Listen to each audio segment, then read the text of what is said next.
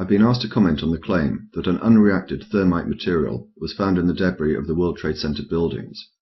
In particular, I've been asked to address this paper, which was published in the Open Chemical Physics Journal. The paper concludes with this statement.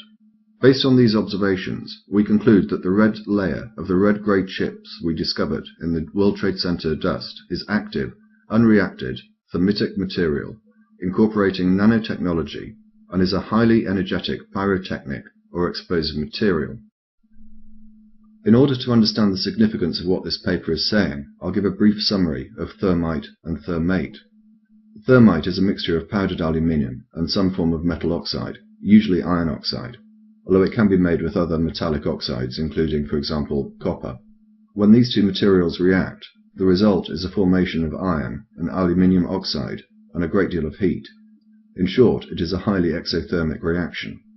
Also, because the oxygen necessary for the process comes from the metal oxide, thermite compounds do not require atmospheric oxygen, and so are ideal for use in, amongst other things, underwater incendiary devices. However, thermite can be somewhat troublesome to ignite, and the subsequent reaction is violent and unpredictable. These factors, as well as the difficulty of applying it to the surface of a structure in a satisfactory manner, mean that it is not suitable for controlled demolition. As far as I'm aware, thermite has never been used in a controlled demolition ever. Thermate is a variety of thermite, with the addition of small quantities of other substances, such as sulfur. These additional elements have the effect of increasing the heat output and also lowering the ignition point. Nanothermate is the same as thermate, but the particles are smaller. It has been suggested that this form of thermate can be contained in a gel and be formed or shaped in such a way that it could be used in a controlled demolition. That said, I am not aware of any thermatic material ever having been used in a controlled demolition. Back to the paper. Before going into detail of the paper, it's necessary to look at the authors and where the paper was published. In relation to the authors, you can easily do the research yourself. I'll mention just a few. Stephen Jones is a well-known 9/11 conspiracy theorist who has been publishing papers on the subject for 5 years or more. He also gives many lectures on the subject. Niels H. Harrit has a similar pedigree. Greg Roberts gave his address as Architects and Engineers for 9/11 Truth, a collection of 1,000 or so people from across the world who have joined together to encourage further investigations into 9/11 due to their belief that the original investigations were, in effect, a cover-up. One gives their address as International Center for 9/11 Studies.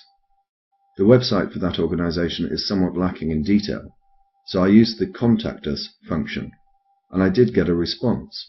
I'll come back to that later. Bearing in mind that the conclusion that they reach in this paper basically uncovers one of the greatest conspiracies the world has ever known, where do they go in order to publicize their findings? The Open Chemical Physics Journal.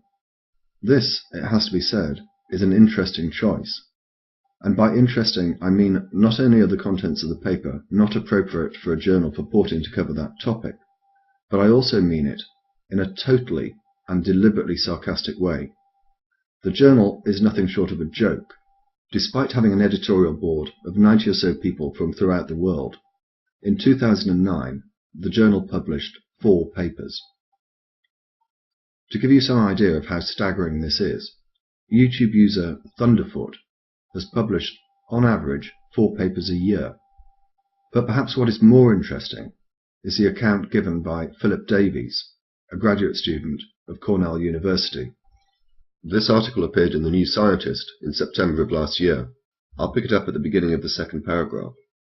Earlier this year, Davies started receiving unsolicited emails from Bentham Science Publishers, which publishes more than 200 open-access journals, which turn the conventional business model of academic publishing on its head by charging publication fees to the authors of research papers and then making the content available for free.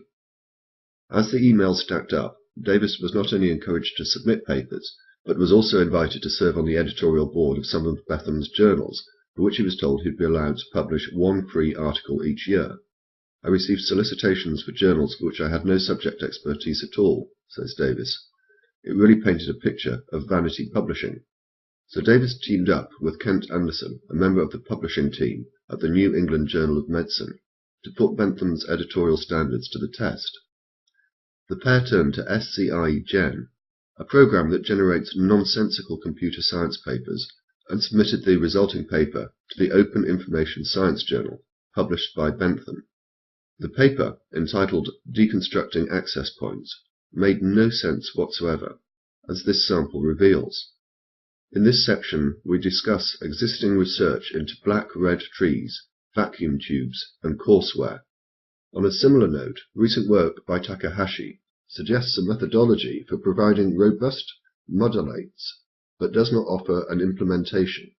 Davis and Anderson, writing under the nom de plume David Phillips and Andrew Kent, also dropped a hefty hint of the hoax by giving their institutional affiliation as a Centre for Research in Applied Phonology, or CRAP. Yet 4 months after the article was submitted, David Phillips received an email from Sana Mokharam, Bentham's assistant manager of publishing. This is to inform you that your submitted article has been accepted for publication after peer reviewing process, name of the publication. I would be highly grateful to you if you could please fill and sign the attached fee form and covering letter and send them back to me via email as soon as possible to avoid further delay in publication. The publication fee was $800 to be sent to a P.O. box in the United Arab Emirates. Having made his point, Davis withdrew the paper. I failed to mention earlier that Kevin Ryan and Frank Legg are joint editors, along with Stephen Jones, of the Journal for 9/11 Studies. So far, we have a collection of authors who appear to have a bias. Allegations of bias are something that Stephen Jones is familiar with. In his paper, Why Indeed Did the WTC Buildings Collapse?, he used this photograph, with the annotation, workers evidently peering into hot core under the WTC rubble. This photograph was doctored. This is the original, and the glow that you actually see is from a portable light used by the workmen as they searched through the rubble. Jones has also faced criticism for his analysis of Mayan archaeological evidence as supporting his belief that Jesus had in fact visited America. In any event, the authors then published the paper in an obscure journal with a dubious reputation for peer review. But it gets even better than that. The paper was published without the editor's knowledge. I've not been able to find out exactly how this happened, but it is clear that as a result of this paper's publication, the editor, Marie-Paul Pellini, resigned. A fuller record of the statements that she has made in relation to this matter are linked in the description. I'll just rely on these. They have printed the article without my permission, so when you wrote to me I did not know that the article had appeared. I cannot accept this, and therefore I have written to Bentham that I have resigned from all activities with them. She continued, I cannot accept that this topic is published in my journal. The article has nothing to do with physical chemistry or chemical physics, and I could well believe that there is a political viewpoint behind its publication.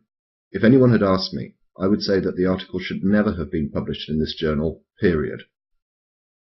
As I indicated earlier, I contacted the International Centre for 9/11 Studies, and I received a response. My initial question related to this ambiguous statement on the website. Specifically, I asked who the director and members of staff were. I received a response from James Gawley, one of the authors of the paper, indicating that he was director. He then asked how he could help. I replied by asking about the paper, and again he responded and asked if I had any specific questions. I sent him a list of 7. For the purposes of this video, only a few are important. I asked him whether the paper had been peer-reviewed. His response was, it was peer-reviewed by, if I remember correctly, 2 reviewers chosen by the journal editors. I don't recall if I ever found out who did the review, or who it was if I did. I asked about the editor's resignation. His response was, I didn't follow the resignation episode very well. I think I recall something about her saying something like she didn't feel qualified to give her opinion on the paper's technical merits, which was a nonsense. But what is of more importance is this. I don't know whether the people who rely upon this paper as evidence of the use of thermite or thermate actually know what the paper says. Here is a response I received from James Gawley when I touched upon the subject. Firstly, we don't know whether nanothermite was used to bring the towers down. It might have played some other role, such as keeping the fires going long enough to make the fire-induced collapse theory plausible. It might have been used in conjunction with other high explosive materials to bring the building down. Nanothermite matches are known to exist, and I believe that they can be used to detonate high explosives.